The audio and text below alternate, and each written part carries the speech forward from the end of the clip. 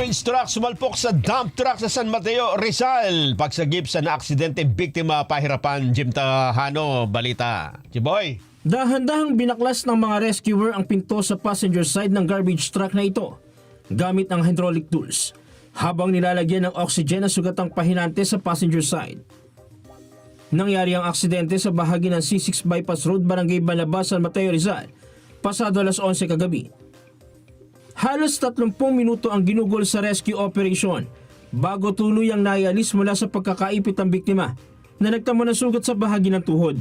Pagdating namin, dumating ang mga madramo ang rescue ng San Mateo at ginamitan ng hydraulic para mabuka yung pinagkakaipitan ng paa.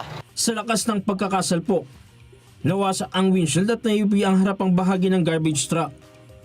Ayon sa driver, sumama umano ang kanyang pakiramdam bago mangyari pa ang insidente. Pagdating namin dito, hindi ko na namalayan, bigla ako na natumba sa manubila eh. Yun lang. Bangga, inaabot ko yung paa ko malan. Naprinuhan ko pero konti lang. Wala na, nandyan na eh. Dahil dito, naantala naman ang biyahe ng dump truck na may kargang graba papuntang Antipolo City. Nakatabi na ako, nakaasa, nakailaw po. At kakain po sana kami dito ng pahinanti ko. May natanong ko sa salamin baba ako. Ang tuloy naman ito, saka ako pupunta to. Abay, dire-diretso pa rin o. Nagulat na lang po, biglang pasok ko sa likuran ko. Ayun, sa sobrang tuloy po, itinulak pa nga po ako.